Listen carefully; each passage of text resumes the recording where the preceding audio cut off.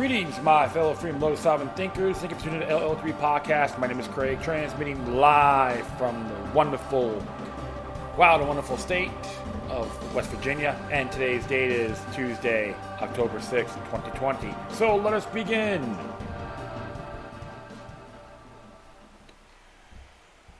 Good day, my friends. Hopefully everyone's having a great morning or evening, regardless of where you're at.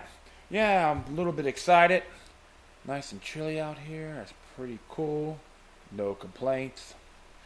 And just little browsing as usual. And so I want to be doing is taking the initiative on narrating a good amount of articles from American Free Press, which it's volume 20, issue number 41 and 42, and it's from October 5th to the 12th. So I just been on it in a while. And I recommend everyone to subscribe to this institution or donate if you can at AmericanFreePress.net, and it's on the footnotes, so you can check it out. Yeah, so mainly be talking about election chaos, stuff that's going on with Black Lives Matter in this article, and many other things. So I'm just going to be, mixing it around. And I go, why not? So if you're checking in right now, share it, get many people as possible. Because you have the right to know what's really going on that the mainstream garbage media don't want you to know. All right. So, in this article here, is mainly about importance. I like how it says it here. And please don't delay important, time-sensitive election material. So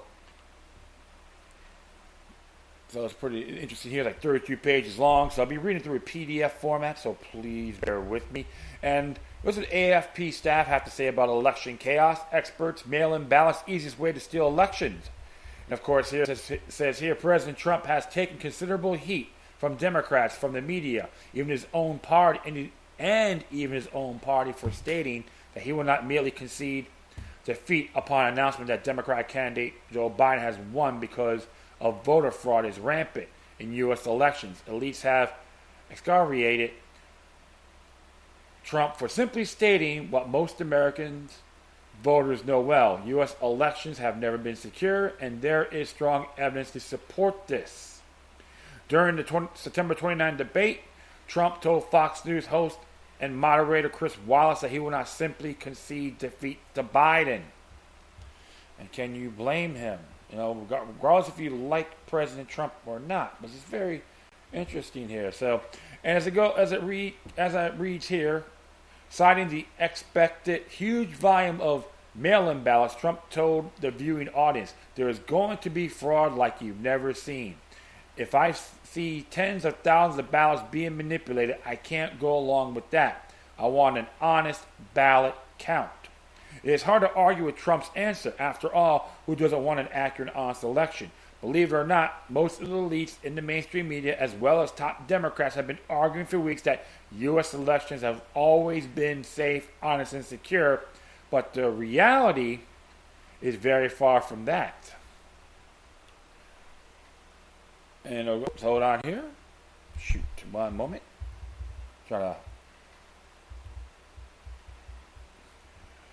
Sorry about that. And it says here, but that reality is very far from that, according to watchdog groups like Heritage Foundation. Well, like I said, they got their pros and cons, so you got to observe these institutions responsibly. Last May, the Heritage Foundation released a devastating study showing that there was a serious cause for alarm regarding U.S. elections, citing nearly 1,300 verifiable cases of vote fraud in the U.S. in just the past few years. Heritage poked huge holes in the left's claim that U.S. elections are inviolable. In the study, researchers Catalin Samalis Aldrich and Hans A. von Spalkowski concluded without rigid safeguards to prevent fraud, misuse, and voter intimidation, absentee ballot fraud, while it may occur some sporadically, already has affected the outcome of elections in states, counties, across the country. I'll just stop there for the moment because, a big battle happened nearly 74 years ago in a county in Tennessee, and that's called the Battle of Athens, Tennessee. And the GIs challenged the incumbents because during that time it was like getting complaints when they came back from the war in Europe, and the folks there made statements that they're controlling the ballots, they're being completely biased and intimidating people. So when the GI party made waves, the incumbents really freaked out, and they tried to stop the elections and all that. And they brought the ballots into jail, and the GIs got the firearms from the armory, and had a big shootout at night. You just go look it up. Very interesting story. So, do we need another Battle of Athens, Tennessee after this election? Hopefully not. So, and as it reads here, the two went on to cite multiple cases in North Carolina and Alabama that pointed to serious voter fraud, which in several cases resulted in election results being overturned once they were caught.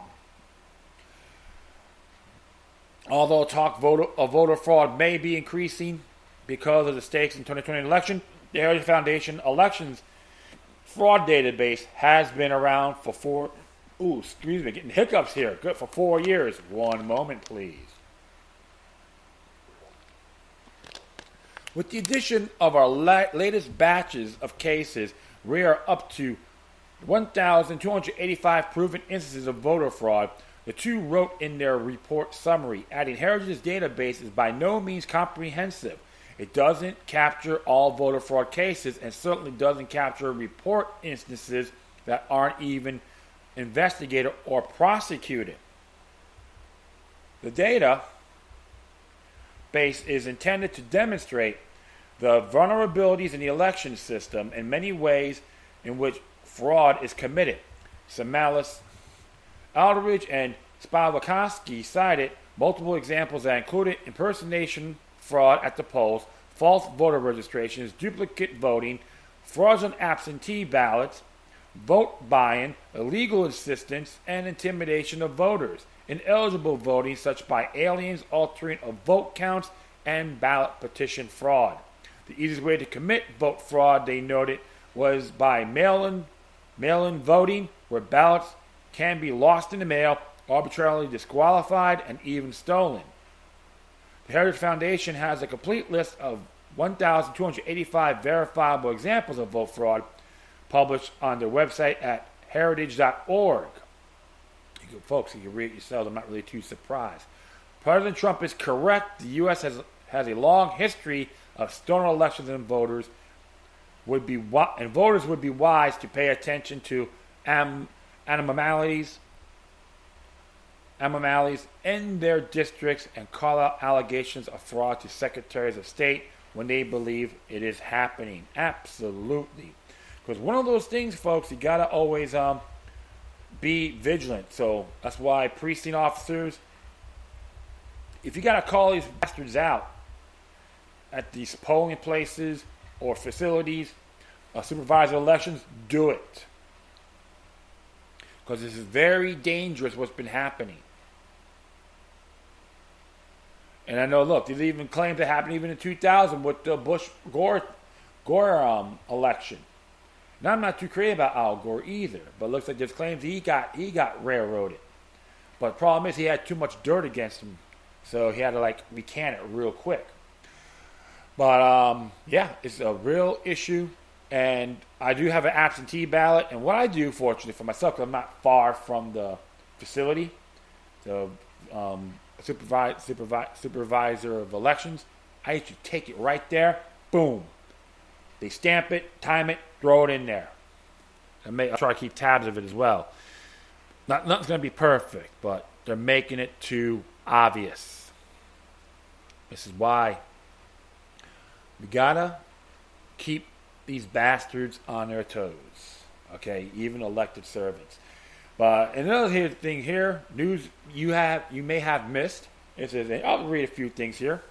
And it says a ballot scamming, of course, with election day just around the corner. Ballot harvesting scam in Minnesota that implicates Representative Infidel Ilhan Omar, Democrat from Minnesota, appears to have been busted by undercover news organization Project Veritas, reports the New York Post. Video posted to the internet shows a man boasting about illegal gathering absentee ballots from elderly Somali immigrants and paying them to vote for Minnesota City Council member Jamal Osman.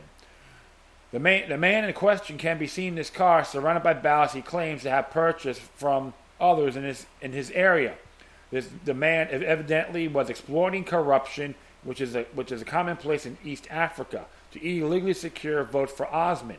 In a related video, a man who reportedly a Somali community insider and the chairman of the Somali Watchdog group claimed that Omar is directly behind efforts to buy votes. The man can be heard saying that cash for votes is an open secret in Minneapolis. He adds, the techniques that Omar campaign staffer Ali Assi uses to exchange money to vote, that's not a secret. It's open and everybody knows it. 200, 300 per ballot received. And I seen that video. You can just go on, just look up Project Veritas on YouTube. Man is very arrogant indeed. So let's just see what we got here. New info on Kenosha shootings. New information is being released every day about Kyle Rittenhouse and his shooting of so-called protesters in Kenosha, Wisconsin. According to a new report by local media outlet KenoshaReporter.com, one of the men who was shot by Rittenhouse, Joseph Rosenbaum, was a registered sex offender when he turned up as a Black Lives Matter rioter on this infamous night. Video shows Rosenbaum chasing Rittenhouse prior to the shooting and throwing a Molotov cocktail at him. Records from the Superior Court of Arizona and Pima County, which was released to the public, show that Rosenbaum had been imprisoned and made to register as a sex offender for molesting and raping 5 boys in the age of 9 and 11. Reports also released to the public show that he and the two other men shot by Rosenbaum were felons as well.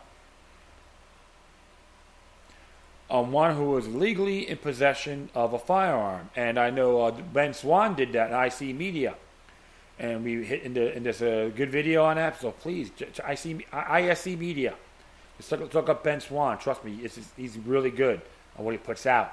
And it's true. It's like when I found out, I'm like, wow, so you're going to cater to criminals. Talk about bizarro world, right?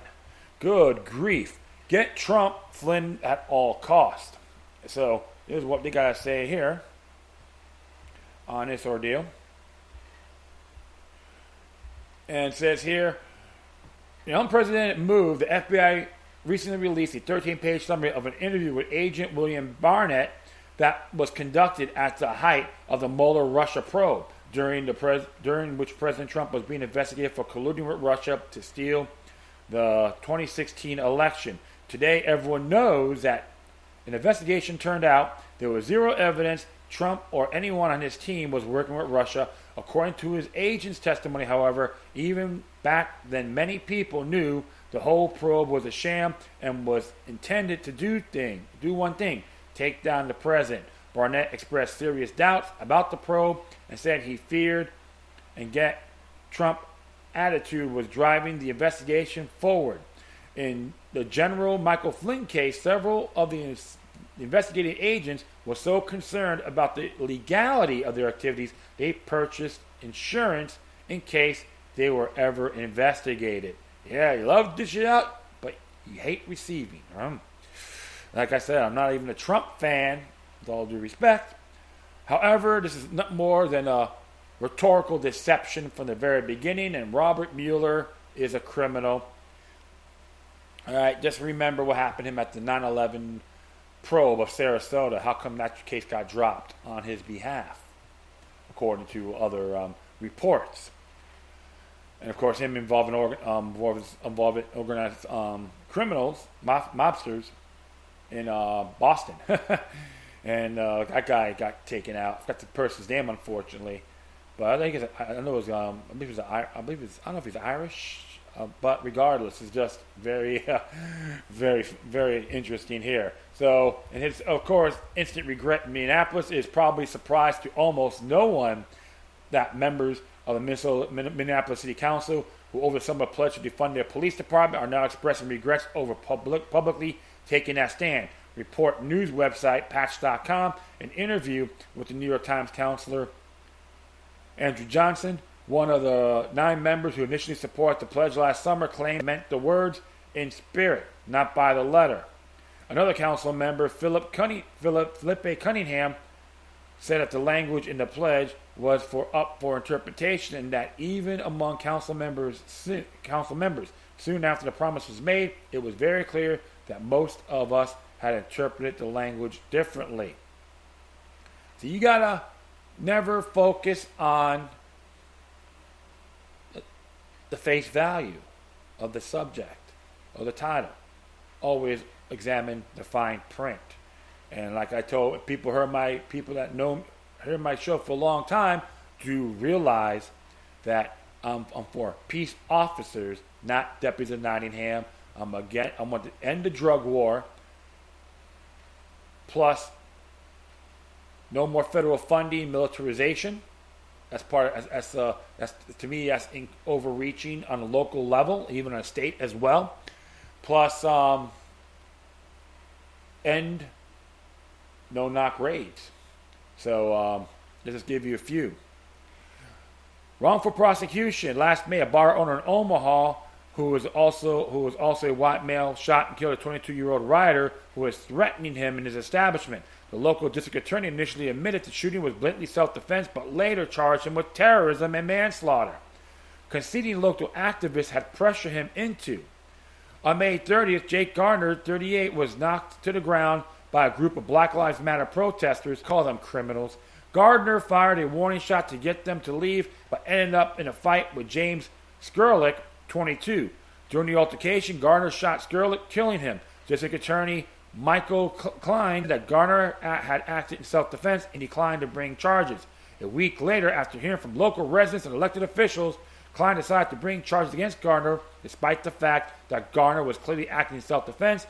Apparently, Gardner was supposed to just let the rioters loot and burn down his bar. So they want you to be cowardly, bootlicking peasants.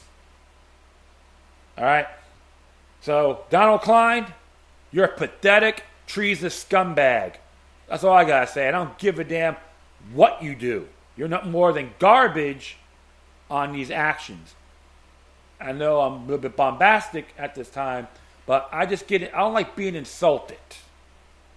Because you got a bunch of people, oh, you got to do something about it, man. Yeah, I guarantee you one thing. Don't be surprised if the jury finds him not guilty. What are you going to do? Oh, how dare you! You let him go! You don't go around harassing people, okay? If you're going to learn to dish it out, you better prepare to receive. No exceptions. Folks like that aren't entitlements. They're not special. We're not obligated to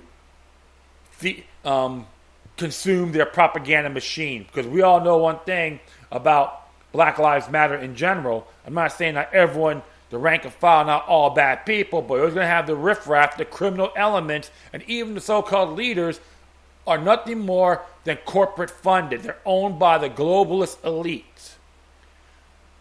They're funded by multinational corporations, including technocrats. And they're supposed to be trained Marxists. Talk about hypocrisy 101. And so I'm going to see this one here on Stopping the Kidnapper. An interview with CNN, Brandon Matthews, a lawyer representing the Minneapolis cop who shot black suspect Jacob Blake 7 times. Is it Jacob Blake? Minneapolis cop? I'm going to keep on going here. I believe that was in Kenosha, but who shot suspect Jason Blake 7 times. Actually, it was Kenosha. I don't know what. So I'll keep going here. Said the police went after Blake hard because they believe Blake was in the process of kidnapping a child. According to Matthews, Officer Rustin Shesky watched Blake put one child in the car as he arrived, but was unaware that two more children were already in the vehicle. He added, another officer heard a woman yelling that Blake had her children and had stolen her car keys. Blake was already charged of domestic abuse and sexual assault. At the time of confrontation with police, Matthews said officers had tried to stun Blake twice with a taser, but he shrugged them off and fought with officers, and was surprised if a jury could find Shesky guilty. That is true. So all suspects are innocent until proven guilty. Not the other way around. Not these Orwellian snowflakes that want to exploit it and believe everything what garbage media has to say. I'm not going to say even left media. I could call them garbage. A lot of it's garbage, rubbish, invalid. So this is an interesting article here. I'm going to read this one here. NAACP versus Black Lives Matter Marxist. Civil rights organization asks blacks to arm themselves to stop BLM looters. This is by Donald Jeffries. National Association for the Advancement of Colored People has long been the forefront of the civil rights movement. However, it doesn't seem to support the ongoing Black Lives Matter protests, which have often included violence and destruction of property. Untold numbers of small businesses have been burnt or forced to board up and close because of rioting. Some of those businesses have black owners. Oh, yeah, I know that for a fact. I've been keeping tabs on this, too. In Minnesota, about 24 black gun owners have formed the Minnesota Freedom Fighters. The armed group answered a call from the local NAACP chapter for residents in a predominantly black North Minneapolis to offer protection to small businesses being torched and looted. It is important to have men from the community step up for the community, explained Sasha Cotton, director of the city's Office of Violence Prevention. It is their right to be out there on the streets. Sorry about that. I got a little bit interrupted. Sorry about that. And it is a right to be out in the streets. It is commendable. There are black residents who in the early days of the unrest felt vulnerable and still do. The Minnesota Freedom Fighters met with Minnesota Police Chief Mardaria Arradondo to express their concerns through the police department refused media request comments about the group. These brothers were there in the beginning when threats were being made by alleged, mostly fictional, white supremacists. I like that. Noted Leslie Redmond, president of the Minneapolis NAACP. There is no doubt they stepped up for the community. Redmond expressed her happiness of the men, right? I'm seeing over the men being armed and expressed hope that they grew further as community leaders. Freedom fighter Ramil Taylor declared, "We are like any other American. We have the right to bear arms." That's even too, you didn't have a right to keep and bear arms in the Minnesota Constitution, but if you read Article 1, Section 18, natural law. There you go. Plain and simple. Sounding like a typical Second Amendment activist, he said, "There is a lot going on out here in the world. I would rather have a gun and not need it than need it and not have it." The Freedom Fighters mission statement reads, "Our objective is not to be the police, but the bridge to link the police and the community together." Like a little militia. That's nice. Many on the right have claimed that the protesters appear to be professional and are often not local residents of the particular community in question. Taylor confirmed this when he observed people from outside his neighborhood destroying the buildings there. These weren't black folks. These were outsiders truly intended on destroying the city. Another freedom fighter, Randy Christman, who had concealed a carry permit for nearly a decade and lives in the suburbs, stated the obvious truth. You just never know when something is going to happen. As a black man, I have the same rights as others to also carry a firearm, and I do it. Another member of the group, Minneapolis Fire Inspector Robert Sayers, said, "This is about filling the gap we see between the police and community. It is really about harm reduction. We could not and still not allow destruction in the city." A strong supporter of the group is Reverend Tim Christopher, who wears his concealed weapons while conducting church services. And as he testified at the state capitol in support of the Second Amendment, it's been a breath of fresh air, Christopher stated. Seeing an armed black man knowing he is there to take care of the community, nurture the community, is a blessing. The group is just 12 armed black outfits that have formed all over the country. This includes patrols monitoring the protests in Kenosha, Wisconsin. The most extreme is probably NFAC, Not Effing Around Coalition, about 24 of blacks nationwide own guns to 36% of whites. Statistics show that gun ownership rates have risen since the enforced COVID-19 lockdown began, and this has been especially noticeable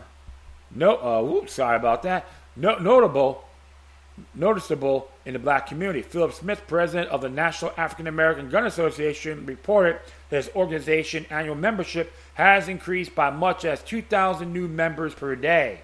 I like that. Awesome. I was wondering, Ken Blanchard will love it too, man. This is great because one thing I like about it, because even this particular ethnic group, racial group, have been deprived. They've been victims of tyranny as well. Even when it came to Jim Crow laws, and a lot of states didn't want blacks to own firearms, even mulattoes, whether they're free or not.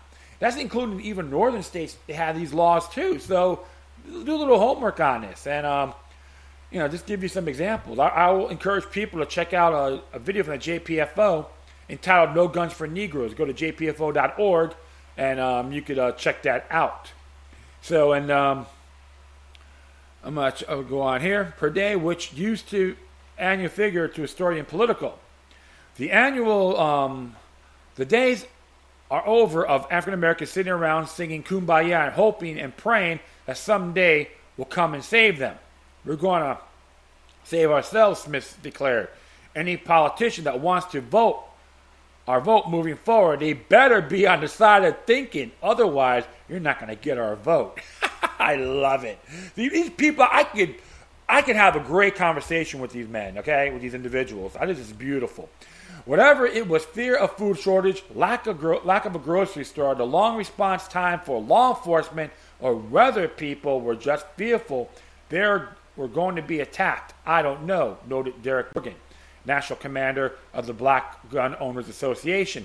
A lot of people are reaching out to us, mainly new gun owners and people who wouldn't have considered owning a gun or a firearm for their protection, have been lining up to purchase firearms and access and information from our website. You know what? That's kudos. I very admire that. I pay homage to these individuals because the fact is you are the first line of defense. And what happened, the horrific event that happened in that city, Minneapolis, proves that the police aren't obligated on protecting you and your property. And it's a shame. I'm not here to go after the police in general. They got to look at things as a human element. And what happened up in Minneapolis was a socially engineered event, just like Charlottesville. Thing was designed to create havoc. And why do good people in these communities have to suffer? And I know too, I noticed too, like the disturbance that happened in Fort Lauderdale, fortunately was minor, with the disturbance or so-called riots they try to have down there. A lot of them are, mainly a lot of them are, the troublemakers, the criminals, are outsiders, hired guns. Always got to question these things. And I'll tell you one thing, hey, if you're going to try to do it again in these areas, expect to get a lot more you can chew on. I'm talking about the criminal elements, not the peaceful protesters.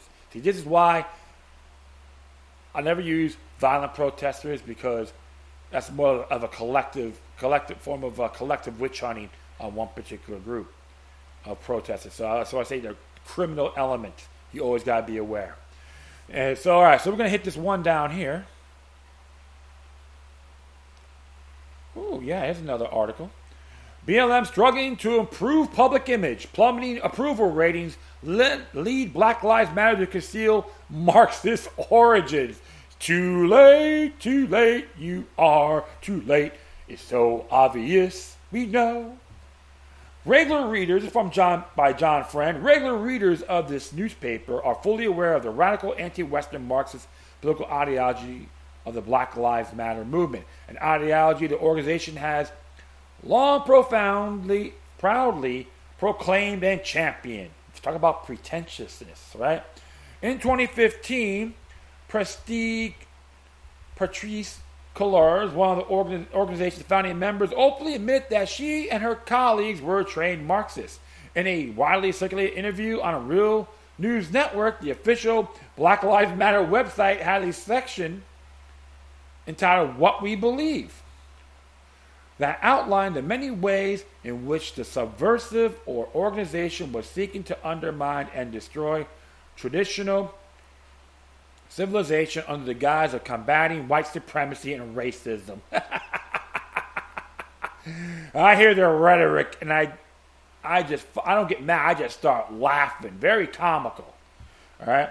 Group even openly argue for the destruction of the traditional nuclear family and proudly advocate for homosexuals and transgenders while condemning cisgender privilege and heteronormative thinking, demonstrating the group's radical Marxist leanings.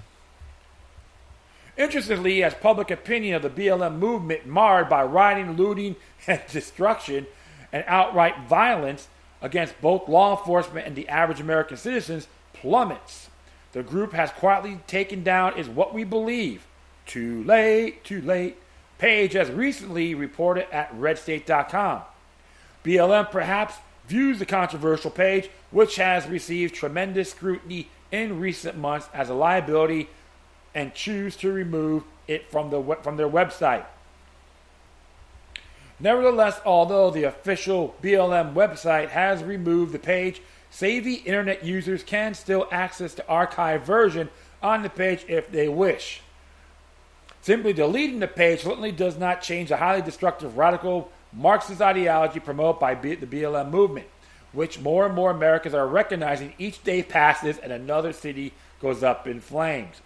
BLM-inspired protests and riots continues across the country, with the city of Louisville, Kentucky becoming the epicenter in recent weeks, following the announcement that only one of the officers involved in the death of Breonna Taylor, a 26-year-old black woman, would be charged. This news sparked nationwide protests and rioting, facilitated as always by dishonest reporting from the national news media. What they're trying to do, they're trying to regenerate, get that, implement, I call it the Lizzie Borden syndrome. Remember, there's a little history that happened, I guess it's West Chestnut, Massachusetts, late 1800s. This is a daughter, she was accused of her murdering her parents.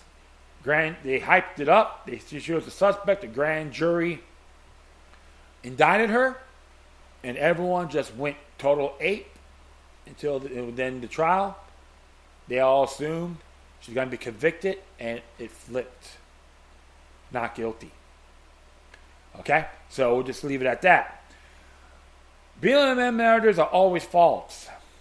Always. Matt Walsh, a conservative podcast host and independent political commentator, recently noted on Twitter, "Never trust a word they say. They told us Breonna Taylor was shot in her sleep during a no-knock raid. But she was not asleep, and they did knock, and officers fired only after her boyfriend shot first." And there's some articles on that as well, so check that out. I still like to terminate no-knock raids, okay, in the drug war, just to let you know. So I'm not to be consistent. All right, so what we got here. In a related news, a woman affiliated with the BLM movement was arrested last weekend in Yorba Linda, California, a city in northern Orange County, after she drove her vehicle through a crowd of pro-Trump protesters, severely injuring two people. Orange County Sheriff deputies identified the driver as 40-year-old Tatiana Turner, an activist with an organization called the Caravan for Justice, which is BLM-inspired social justice group. Caravan for Justice had a rally in Yoruba, Linda, that day, and pro-Trump rally coalesced to counter-protest.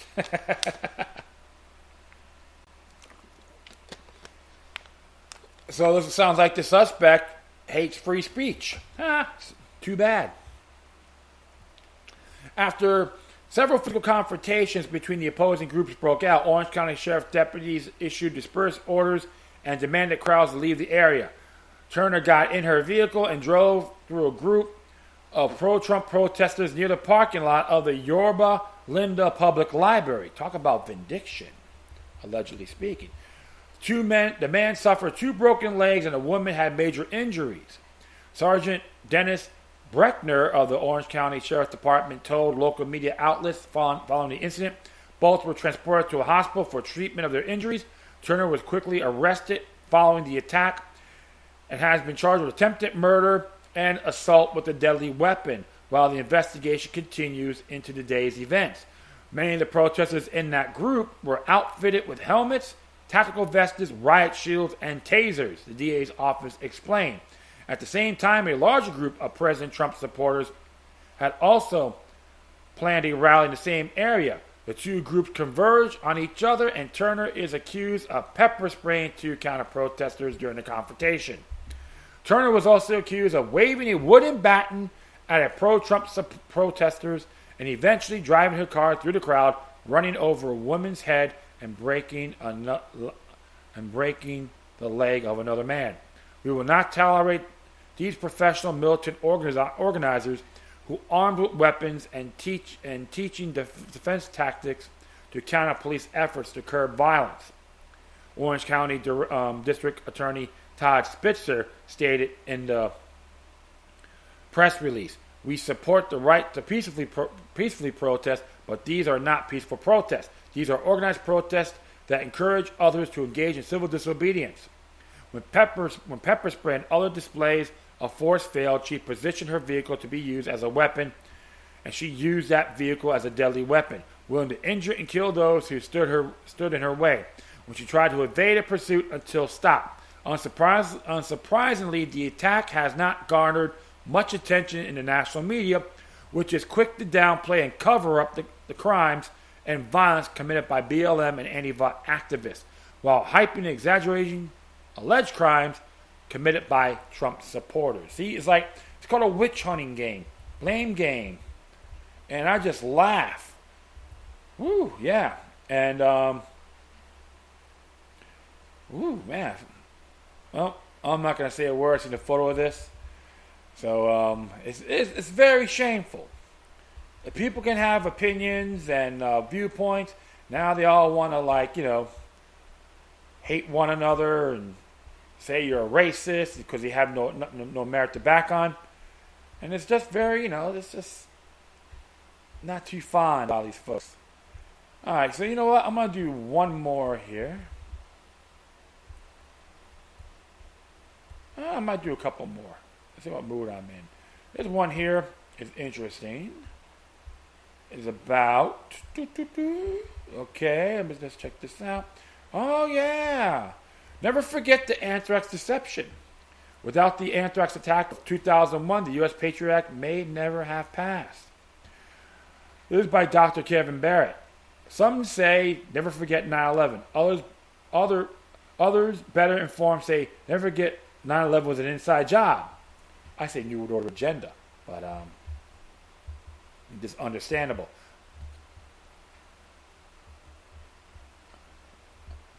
So it says here, on the 19th anniversary of America's first biowar panic, we should be screaming from the rooftops, never forget the 2001 Anthrax Deception. In case you have forgotten, the Anthrax Affair exploded into public consciousness on October 5th, 2001, when tabloid journalist Bob Stevens died after inhaling ultra-rise weapon anthrax he had received in the mail. On October 8th, more Florida tabloid journalists at the National Enquirer got an anthrax letter. A week later, Senator Tom Daschle and Patrick Leahy received their weaponized missives. Suddenly, a terrorized nation was afraid to open its mail. Before it was opened, 22 people including postal workers, were sickened and 5 died. After weeks of conflicting media and government reports, it became clear that neoconservatives in the government and media were lying about the anthrax. They tried to pin the crime on Saddam Hussein, saying the anthrax was non-weaponized. But a relatively honest FBI investigation proved that the anthrax was an ultra-weaponized, had originated in the U.S. government lab. Let that sink in for a moment. The anthrax attacks are officially deemed by the U.S. government itself to have been false flags from within the U.S. bioweapons complex designed to whip up hatred of Muslims. The U.S. government admits it wasn't who mailed U.S. government anthrax to Senator Dashels and Leahy in envelopes bearing the message, "Death to America, death to Israel, Allah is great." So if it wasn't radical Muslims, then who did it? The official scapegoat is conveniently suicide Bruce Ivins, a senior biodefense researcher at the U.S. Army Medical Research Institute of Infectious Disease in Fort Detrick, Maryland. Interesting, because I have a friend of mine that knew him, so I'm going to have a chat with that person. Okay, so, but Green McQueen, founding director of the Center of Peace Studies at McMaster University, shows that the real perpetrators who were the same insiders who orchestrated 9/11. The Magistral 2001 Anthrax Deception, the case of a domestic conspiracy, McQueen writes, all evidence indicates that the master narrative of the fall anthrax attacks had been established prior to the 9/11 inter alia, setting up Iraq through false statements about this anthrax supply and means of delivery. This says page 39. McQueen shows that the individuals set up to be blamed of the 9/11 hijack were also set up to be blamed for the anthrax attacks. When the FBI's preliminary investigation showed the anthrax was a American provenance and couldn't have come from Iraq, the 9/11 anthrax coup perpetrators were forced to change the story and change the story from Iraq.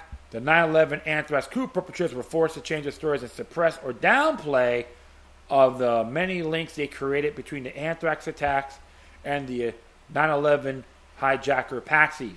Why is it so important to pull the 2001 Anthrax Affair out of the memory hole? First, because it transformed America at least as much as 9/11 did. Without the anthrax attacks, Senators Tom Daschle and Levy would have blocked the Constitution and the Constitution annulling USA Patriot Act.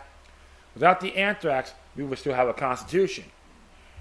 And here's the reason to remember the 2001 Anthrax Deception. It suggests the bioengineers lesson from the anthrax experience. Unleash a hideous bioweapon instead of being punished. You will be lavishly rewarded today. The biowar community is getting an even bigger windfall from a made in a lab SARS-CoV-2 than they've got from anthrax. For evidence that SARS-CoV-2 is an engineered pathogen, read my interview with biological warfare expert Dr. Muriel Nass at www.unz.com. Check it out, folks. If we had remembered the 2001 Anthrax Deception and demanded justice and all of the bioweapons programs, the COVID-19 pandemic would have never happened. Exactly. The lesson is clear. We must scream from the rooftops that SARS-CoV-2, like the 2000 anthrax, is almost certain an engineered scourge. We must insist that the perpetrators be tracked down and imprisoned for life, that the Biological Weapons Convention be fully enforced, and that the entire global bioweapons sector be terminated with extreme prejudice. There may not be much time. Advances in biotechnology, especially genetic engineering, have vastly expanded the potential for bioweaponized malfeasance. Bill Gates' pandemic 2 race-specific bioweapons are more on the horizon. If perpetrators are not held accountable for the past crimes, and if we don't insist that international conventions banning bioweapons be strictly enforced, we will be facing a truly nightmarish future. He is correct. So buy the book. I'm going to have to check it out myself, the Anthrax Deception. That is totally insane.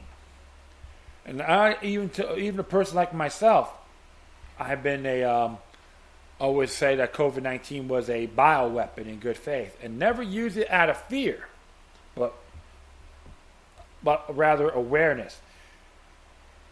And they still, of course, there's still people out there buy it from bats, or like give them information on, the whole vaccines can be dangerous. They call it far-right conspiracy theory.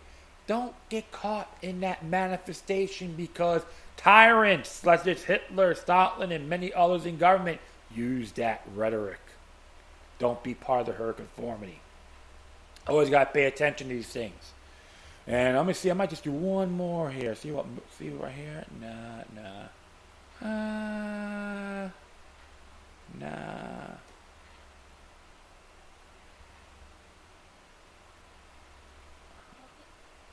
You know what?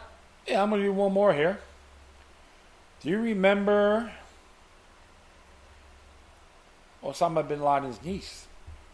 Now, Noor bin Laden wrote, believe it or not, unlikely messenger says, vote Trump. Niece of the infamous Osama bin Laden has an important warning for Americans. America, 244 years ago, the resolve, courage, and the wisdom of your founding fathers forever changed the course of history. For the first time, with the ratification of your Declaration of Independence, mankind was offered an unmatched societal idea and dignified way of life. Human beings were recognized for what we truly are by nature, all created free and equal, endowed with unalienable rights which do not derive from any government but from our Creator. And it's interesting about the term Creator. When Jefferson wrote this, he's not using any deity. He's using Creator from the cosmic universe. Okay, with your Constitution, your founders sealed these God-given rights and protected them by instituting limited form of self-government along with a robust justice system. Combination keeps the promise of freedom for future generations alive and allow for human injustice to be rectified. This is America. Is what makes your nation exceptional. It is why he has stood as a beacon of democracy. You gotta say liberty, please, Noor. And hope for all subjugated people over the past 2 centuries.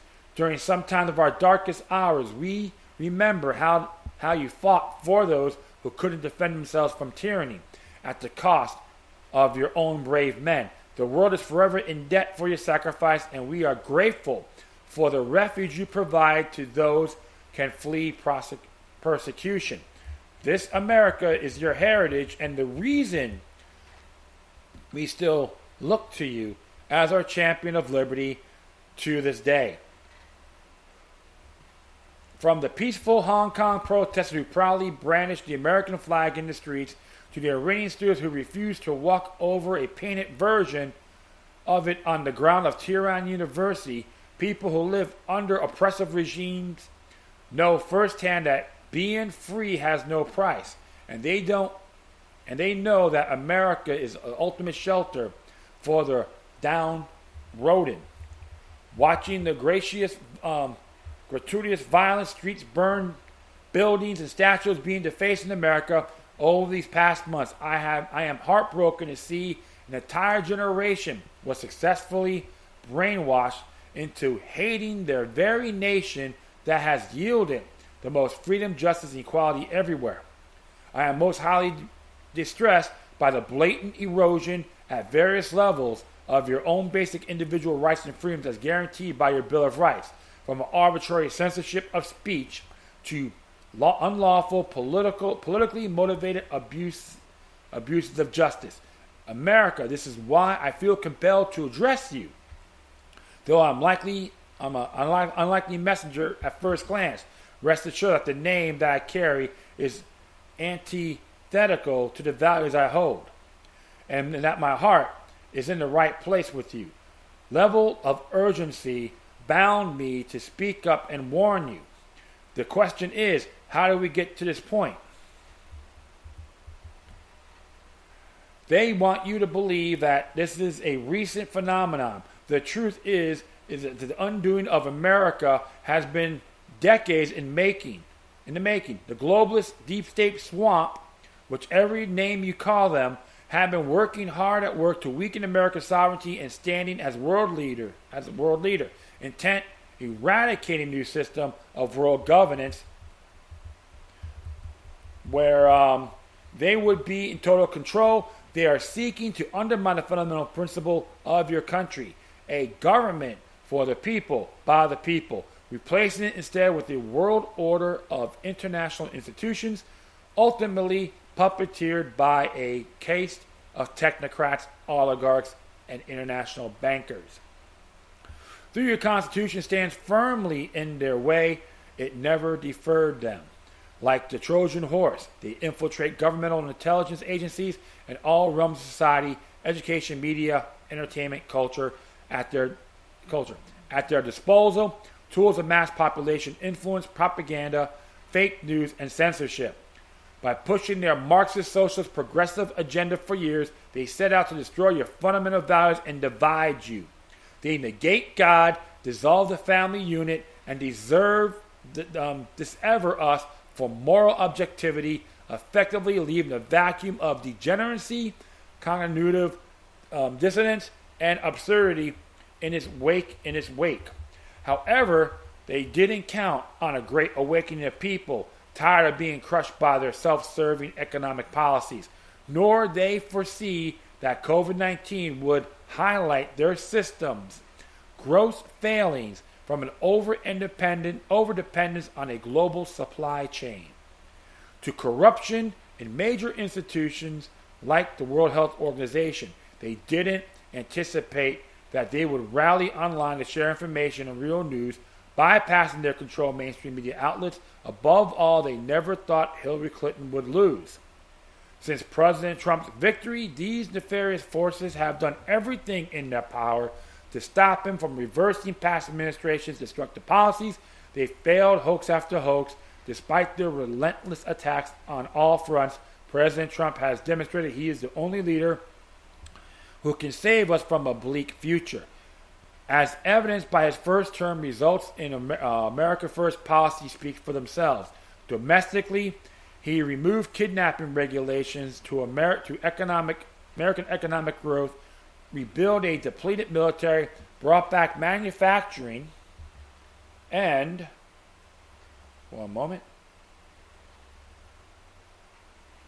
revamped dying industries by renegotiating trade deals and cutting taxes, achieved energy independence, curbed immigration, all of which contribute to setting records unemployment rates. He also saved your taxpayer dollars by withdrawing from corrupt international organizations and agreements. Remarkably, he tackled neglected issues such as human trafficking and unjust incarceration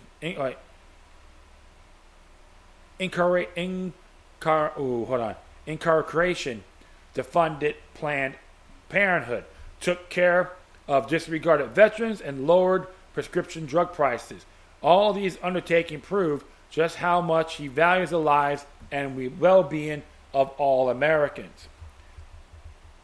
By strengthening America from within, President Trump bolstered his plans when it comes to foreign policy, and thanks to his vision and tactical use of diplomatic avenues, has made the world a much safer place since taking office. To name a few achievements, he stood up to China, kept us out of new wars, made Europe comply with their NATO requirements, solidified ties with Israel, overturned a disastrous Iran deal, obliterated ISIS, took down other key terrorists, and facilitated historical peace between Israel and the UAE. His administration has also made Christian persecution worldwide a top priority with the State Department. And, like I said, sometimes I look at all sides of this, and, this is a good little intake. I'm going to keep going here. All above achievements will be torpedoed with the Joe Biden-Kamala Harris presidency, and the dreams of America's enemies to seek her weak and on her knees will be fulfilled. Make no mistake, America, you're under attack, supported by fake news propaganda machine and violent Marxist groups such as Antifa, Black Lives Matter, with their ISIS-type tactics. They have pushed their agenda through fear-mongering, hypocrisy, lies, and destruction onto you, the American people. And for the one motive only, power. The escalation of the past 4 years is your preview of what to expect should we lose an abject repudiation of our values and utter disregard for your individual rights. This insurrection is successful with sign of unraveling of law and order and the end of your republic as we know it. America, you're at the very edge